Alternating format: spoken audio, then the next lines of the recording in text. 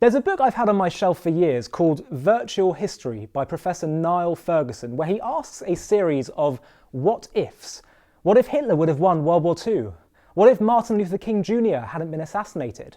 What if Donald Trump never uttered the words China? China. China. China. China. China. China. China. China. China. Okay? Excuse me. Excuse me. Excuse me. Excuse me.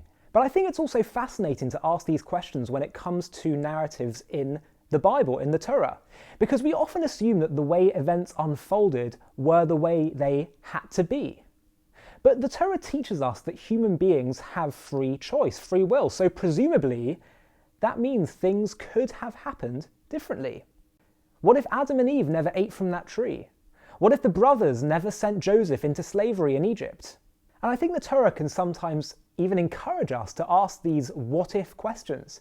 And I'd like to share with you an amazing example that I heard from Rabbi David Foreman in analysing the narrative of the Exodus, a book Jewish people around the world are actually going to start reading on Shabbat from this coming week. I think the Torah is nudging us to ask a big what-if about how things could have unfolded very, very differently in the Exodus story. And these questions aren't just there to tickle us, they're there to serve as important lessons about human choices.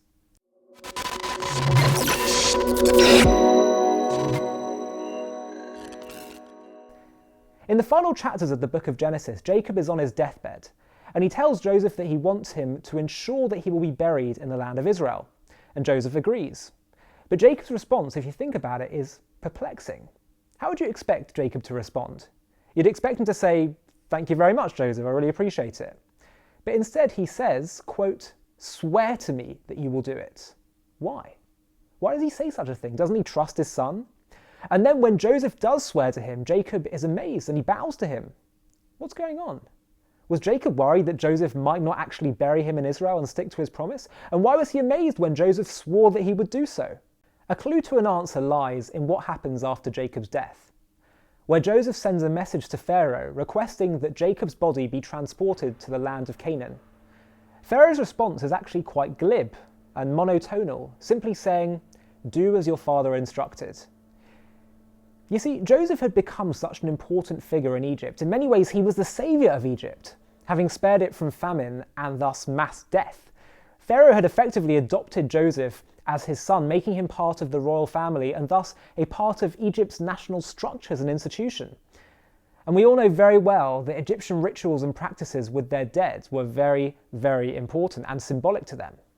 What would it mean to Egypt and Pharaoh that Joseph's father, who was now living in Egypt, would choose to be buried back in the land of Canaan? Perhaps in doing this, Joseph might compromise his position, maybe even his family's safety. Would he be accused of having dual loyalties? Indeed, Pharaoh's initial response seems rather cold, but it seems eventually he decided to put any feelings of resentment to one side, and the Torah tells us he sent for horsemen and chariots to escort Jacob's coffin as it went back to the land of Israel, then known as Canaan. So why is all this relevant? Well, if you fast forward a few chapters, you'll notice something a bit strange that God says as the Egyptians approach the Jews at the sea, ready to kill them. God declares, "I will now be glorified through Pharaoh, his chariots and his horsemen." Could there perhaps be any connection between this and the previous time the Jews left Egypt with horsemen and chariots? And there's also a connection between the song that the Jews sang after the splitting of the sea and the description of Jacob's coffin being escorted back to the land of Israel.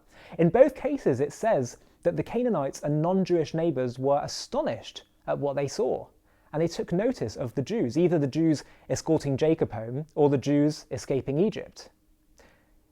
Is the Torah maybe encouraging us to find some links between these two moments? And if so, what's the connection between the two? One connection suggested by Rabbi Foreman is as follows. In the case of Joseph and Jacob, Joseph made a request to Pharaoh that he and his family be able to leave Egypt in order to honour their father. And the same thing happened many generations later, when Moses asked Pharaoh for his permission to let the Jewish people leave Egypt in order that they could honour their father in heaven. The first time Pharaoh agreed, begrudgingly at first, but eventually he did more than just agree, he got involved in honouring Jacob, sending horsemen and chariots. Sadly, the second time around, Pharaoh did the opposite. Perhaps in making these connections, the Torah is teaching us a powerful lesson. It didn't need to be this way, that Pharaoh refused to let the Jewish people go, refused to see the truth. Pharaoh could have made a different set of choices, more like the ones made towards Joseph in honouring Jacob. Maybe it didn't need to be this way, that Pharaoh and the Egyptians had to be punished and wiped out. They could have chosen to recognise what was right and what was true, and perhaps the story of the Exodus could have been very different. Either way, God was going to use this moment in time, at the time of the Exodus, to make his name known throughout the whole world. That was part of the purpose of the story of the Exodus, so that it could serve as a lesson throughout the rest of human history that God is involved in the affairs of mankind and he cares for all humanity, including the downtrodden and the oppressed. Either way, God needs those horses and chariots to be present.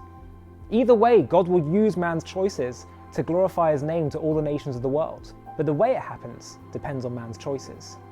It all could have unfolded very, very differently. No person's destiny has to be set in stone. No enemy need remain an enemy forever. People can change. God celebrates positive change. Have faith in others and in yourself that our choices have the power to determine our destiny.